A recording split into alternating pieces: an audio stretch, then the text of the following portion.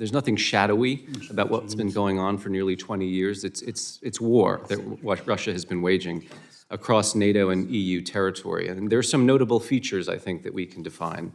First, the soldiers that Russia uses, or better say the perpetrators, have all been promoted, received state medals, or even been assigned cushy positions in the Russian presidential administration for their grim spade work. Some, to this day, are actively serving diplomats abroad. This war has almost always involved Ukraine, specifically Western efforts to arm Kyiv, both before, during, and after the full-scale invasion, beginning actually in 2011, even before the Russian takeover of Crimea. This war has killed or injured civilians and caused the evacuations of entire communities in 3 different NATO countries. It's involved sleeper agents deeply embedded within Western society who have aided and abetted terrorist operations. Now it is increasingly relying on native citizens of Western societies who are recruited remotely via social media to carry out these operations in exchange for modest sums. The most notorious example I can cite is one that I'm sure everyone's familiar with, which is the poisoning of Alexander Litvinenko in 2006 using a radioactive isotope, highly deadly, which was later discovered all over London, Hamburg, Germany, and on commercial airliners. That was an FSB operation, and the 2 men responsible, one of the men responsible, is currently in the Russian parliament as a reward for his efforts.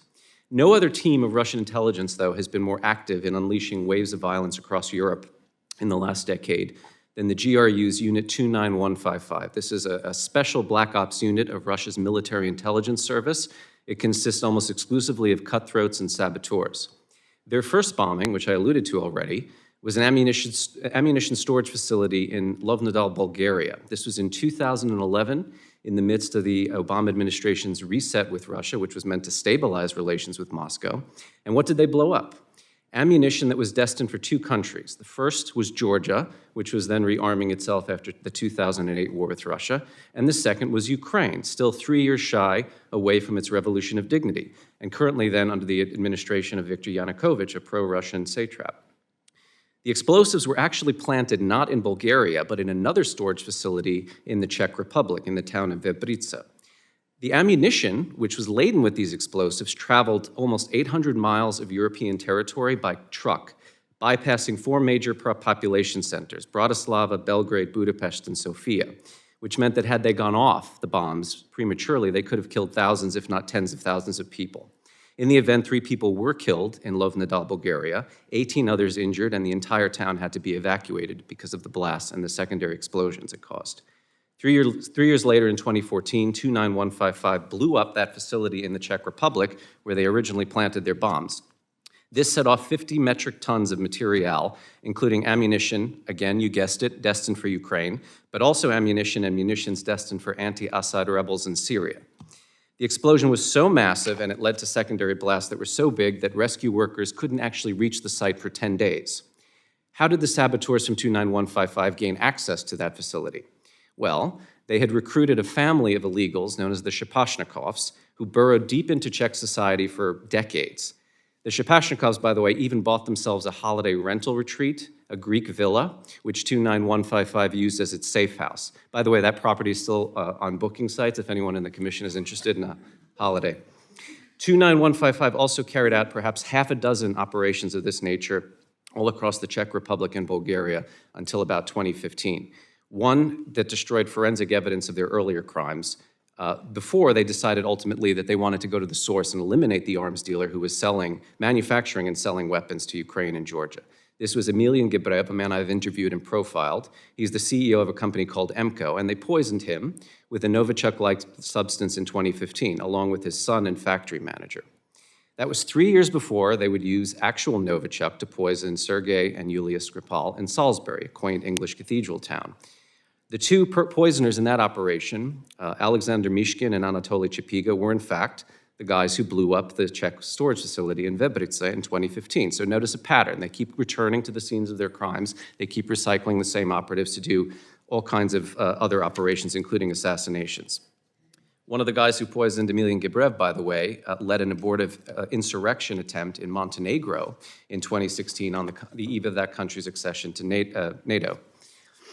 In 2019, an FSB assassin, someone my investigative team at The Insider believes was and is Vladimir Putin's personal hitman, a guy called Vladim Krasikov, gunned down a Chechen dissident and former military commander named Zelenheim Kangashvili, again in broad daylight in the middle of Berlin's Tiergarten Park. Krasikov, you'll note, it was recently traded back to Russia in exchange for our own citizens and some Russian dissidents. But so badly did Putin want him, which is telling, that he was ready to give up Alexei Navalny, the now dead leader of the Russian opposition, for Krasikov. Well, the GRU has found it difficult lately to travel to Europe owing to the fact that they've been rolled up and exposed and sanctioned, and they're on the radar of every major counterintelligence organization. So what are they doing now? Well, the bad news is they're taking a leaf from the playbook of non-state actors such as ISIS, recruiting remotely using social media platforms like Telegram, asking agents to carry out bombings, acts of provocation, acts of subversion all across Europe, and paying them in cryptocurrency for as little as 400 euros. Known acts that have been reported on, again, all across NATO territory: setting fire to a shopping center in Warsaw, an IKEA warehouse in Vilnius, a bus depot in Prague, an industrial estate in East London, and a metals factory in Berlin. I was recently part of an investigation that anatomized the Latvian network of agents that the GRU has been recruiting, relying on court documents from Latvia and Estonia. And these are kids, as young as 18 years old, riffraff, amateurs with criminal backgrounds. They were asked in one instance to travel to Kyiv in January of 2022, a month before the full-scale invasion, and firebomb a military facility. They have daubed graffiti on the wall of the NATO Cooperative Cyber Defense Center of Excellence in Tallinn, suggesting that that institution had been hacked by a well-known Russian hacking group.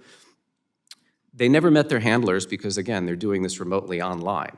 And it didn't take much to bring them on board to do these kinds of operations, again, against their own countries. These are native Latvian citizens. But Russian spies and operatives are still in our midst, and they're still getting up to their old tricks. The Wall Street Journal reported recently that the CEO of the German arms giant Rheinmetall has been earmarked for assassination. Now, I wonder why that is. It probably has something to do with the fact that Germany has been outsized in its security assistance to Ukraine against all of Russia's expectations and much to its chagrin. This summer, the French arrested a man called Kirill Gryaznov. He's a cordon bleu trained chef who's been living in France for over a decade. He's also a social media influencer and a sometime reality dating star in Russian television.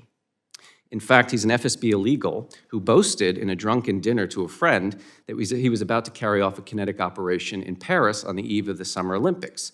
They'll have, quote, an opening ceremony like no other, he said, just before he flashed his FSB badge. And you'll notice in France, by the way, other Russian operations, the graffitiing of Stars of David on walls to drum up fears of anti-Semitism, coffins draped with the French tricolor to denounce the Macron policy of possibly sending troops to Ukraine, a guy who blew himself up in a hotel room near Charles de Gaulle Airport. These things are continuing to happen even as we speak. But nothing is new here because the GRU has been trying to overthrow democratically elected governments since its founding in 1918. In the 1920s, they fomented insurrections in Germany. They recruited Communist Party members who they then trained to do exactly these kinds of operations. They had so-called T units. The T stood for terrorism. So the tradecraft isn't new. What's new is the technological capability. And I'm sorry to say, I think the West has been very non-vigilant in paying attention to these operations. I mean, much of what we know by looking in the rearview mirror going back, again, over a decade. And we're still piecing together things that these guys have got up to. And the scary part is not what we know they've done, it's what we don't know they've done yet. Assassinations, fire bombings, sabotage operations that have yet to be documented.